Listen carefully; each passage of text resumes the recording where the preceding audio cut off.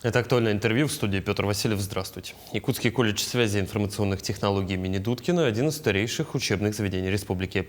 Одним из самых популярных направлений подготовки среди абитуриентов остается направление IT.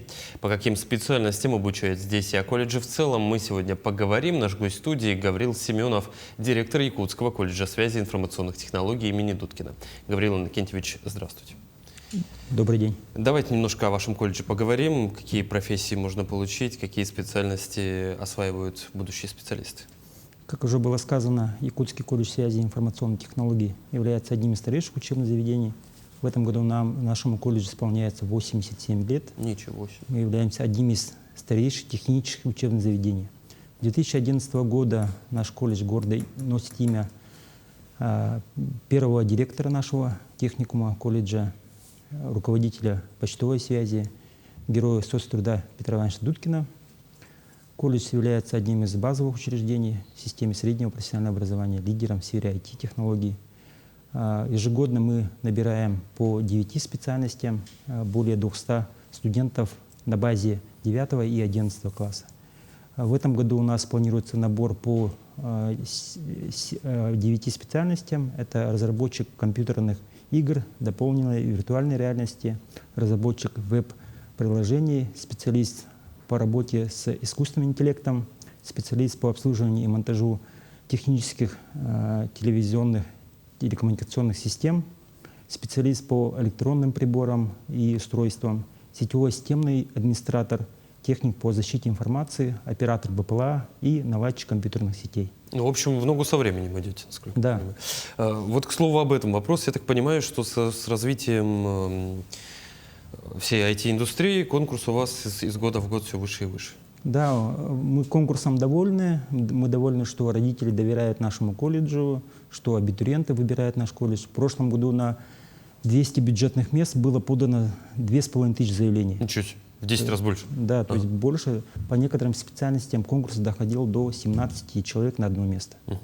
А средний балл какой? Средний балл у нас на базе аттестата, средний балл 4,6, 5 целых балла.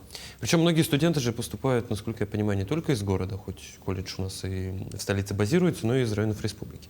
Какие для них преференции, преимущества существуют? Преференций нету. Все поступают по среднему баллу аттестата, без ЕГЭ. Но всех иногородних студентов мы обеспечиваем общежитием. У нас в центре города по улице Короленко располагается общежитие на 200 мест. Все первокурсники подают заявление при поступлении, что они нуждаются. И с 1 сентября у нас проходит заселение. Им просто надо написать заявление и пройти медосмотр. Мы максимально стараемся наших студентов, которые нуждаются в жилье, помочь с общежитием. Ну, я понимаю, что освоение таких технических профессий невозможно без, что называется, работы руками. Для этого у вас есть мастерские, и не одна, и не две. Что в них предусмотрено, как они устроены? Обновление материально-технической базы является одним из приоритетов нашей работы. Так, с 2019 года мы стали участниками федерального проекта образования. У нас появились новые мастерские благодаря поддержке Министерства образования и науки. 5 современных мастерских — это информационные кабельные сети, машинное обучение и большие данные, веб-дизайн и разработка мобильных приложений и кибербезопасность. Также в 2024 году, благодаря Министерству просвещения Российской Федерации, у нас появилась новая лаборатория БПЛА по национальному проекту «Беспилотная авиационная система». Вот я предлагаю об этом подробнее поговорить, как устроено обучение вот именно на операторов БПЛА, только ли это кабинетное, что называется, с джойстиком в руках, или где-то уже в полях на практике ребята отрабатывают полет? С 2022 года по поручению главы республики и благодаря поддержке правительства у нас появилась современная лаборатория беспилотных летательных аппаратов. Основная задача этого центра — подготовка специалистов, переподготовка специалистов. У нас больше 1300 взрослого населения прошли наши курсы повышения квалификации, стали операторами БПЛА. Мы сотрудничаем с нашими крупными компаниями, такими как «Алроса», «Сахатранснефтегаз», Национальный парк «Ленские столбы», лесоавиаохрана, служба спасения Росгвардии. То есть они проходят курсы на базе нашего центра, получают удостоверение о повышении квалификации в качестве операторов БПЛА. Также у нас проходят курсы ускоренные наши бойцы, участники специальной военной операции. Мы очень этим центром довольны, то есть работа по переподготовке. Также у нас на базе этого центра мы одним из первых, ну, наверное, первыми на Дальнем Востоке в 2023 году набрали специальность студентов СПО. У нас третий курс уже, они стали третьекурсниками, в этом году будет тоже набор. То есть, СПО, то есть по направлению вот именно... Да, студенты. То есть это новая специальность, которая появилась в 2023 году. Мы получили образовательную лицензию и стали вот как бы активно ведем эту работу. Мы вот надеемся, что сфера БПЛА тоже будет у нас активно развиваться. В следующем году будут первые выпускники, и мы сотрудничаем с нашими предприятиями, с нашими партнерами.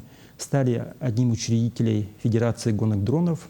Это спортивный вид, новый вид гонки дронов. Наши студенты тоже активно принимают участие, занимают призовые места по республике и по России. Ну, неудивительно, у них такое поле для тренировок и освоения навыков. Гаврил Иннокентьевич, если говорить еще немножко о ваших студентах, о выпускниках, куда трудоустраиваются чаще всего? Да, у нас очень много. За 87 лет у нас больше 12 тысяч выпускников. Мы посчитали. Вот, во всех предприятиях, где есть современные технологии, IT-технологии, где есть связь, работают наши выпускники. Вот НВК Саха, очень много наших выпускников, операторов, техников. К нам уже они приходят в качестве преподавателей, совмещают работу у вас. У нас работает в наших крупных компаниях Arctic Telecom, Ростелеком, Республиканский центр информационной технологии, Саха-дрон, аэронавигации работают, в аэропорту работают. Ну и в наших компаниях по сфере защиты информации, Центр защиты информации «Север». В таких предприятиях, где есть новые технологии, наши специалисты работают. Во всех муниципальных образованиях работают тоже. Вы, получаете, такой конгломерат унифицированный кадров для связистов? Да, то есть мы сегодня встречаемся в преддверии Дня связи, Дня радио. Дня радио. Я хочу от имени нашего колледжа поздравить с этим профессиональным праздником наших выпускников, наших ветеранов, всех работников отрасли, пожелать им успехов, удачи и помнить о том, что наш колледж всегда открыт для вас. И для наших работодателей уверить, что наш колледж всегда готов с радостью готовить для вас будущих специалистов. К слову о будущем, мы сегодня много упоминаем славную историю колледжа, но знаю, что вы начали думать про будущее.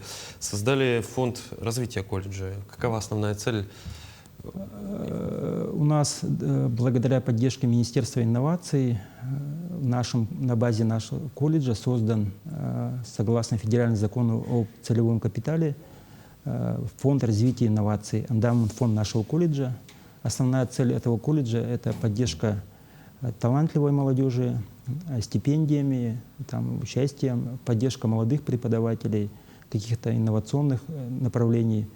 Это уже показал результаты. Вот на днях состоится наблюдательный совет, который распределит доходы от данного целевого капитала. Недавно завершился конкурс «Моя профессия IT». Расскажите немножко о нем. Кто из ваших ребят принимал участие? Какие результаты? 10-й юбилейный хакатон всероссийского конкурса «Моя профессия IT» является нашим базовым тоже конкурсом.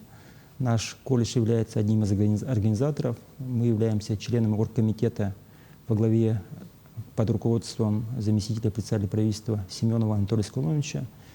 У нас по 4 направлениям работали. Наши студенты принимали участие в самом хакатоне. 2 команды стали победителями. Одна команда стала 3-е место, получила, и 1 команда получила спецприз от спонсора. И пригласили их на стажировку в IT-компанию. По 2-е направление – это участие в фестивале «Моя профессия IT». Мы показывали мастер-классы, наши преподаватели для школьников, для будущих абитуриентов. Большой интерес у нас прошел, больше 100 гостей было в наших мастерских. Также 3-е направление, наши преподаватели участвовали в качестве экспертов по двум направлениям. И четвертое, самое главное, я считаю, наши студенты принимали участие в организации в качестве волонтеров. Ну и наши студенты активно принимают участие во всех мероприятиях отраслевых. Вот цифровой алмаз, моя профессия IT. Мы считаем, что наши студенты должны общаться с будущими работодателями, с партнерами, с преподавателями вот, и вне рамок колледжа. Гаврил Иннокентьевич, мы с вами встречаемся не только в преддверии Дня радио, вашего профессионального праздника и праздника ваших студентов и выпускников, мы встречаемся в преддверии горячей поры для колледжа и для абитуриентов, и для выпускников. Совсем скоро у вас выпустятся, собственно, старички, поступят к вам новички. Вот как сегодня получить полную информацию о техникуме, направлениях, специальностях, контрольных цифрах и так далее? Официально информацию можно получить на сайте нашего колледжа, в любом поисковике «Ексид», колледж Дудкина. Появится наш сайт, там вкладка «Абитуриенты». Также активно работаем в социальных сетях, в социальной сети МАКС, ВКонтакте. У нас в этом году появится уже появился отдельный канал в МАКСе «Абитуриент колледжа», куда могут войти наши родители, абитуриенты, посмотреть, активно общаться. Приемная кампания у нас заработает с середины июня по 28 августа. И мы надеемся, что наши нынешние школьники, абитуриенты 1 сентября традиционно будут стоять на линейке ко Дню знаний, и они станут членами нашей дружной большой семьи колледжа связи. Поступить к вам можно на базе 9 и 11, да. Насколько я понимаю. Какие основные будут требования? Требования, согласно федеральному закону об образовании, это средний балл аттестата. То есть, к примеру, если в аттестате будут полностью все четверки, это средний балл 4. Если полностью пятерки, это средний балл 5. То есть между ними у нас в прошлом году средний балл был 4,6, ну и пятерки были, то есть полностью пятерки. То есть по аттестату поступает, можно подать заявление через госуслуги, можно и прийти в приемную комиссию, которая работает по городе Якутске, Петра Алексеева, 25. Она все лето будет работать, можно пройти консультацию и поступить к нам. Ну что ж, Гаврил Иннокентьевич, я желаю вам насыщенного сезона. Он у вас уже вот совсем скоро стартует. Спасибо, что пришли к нам в студию, ответили на наши вопросы. Спасибо большое.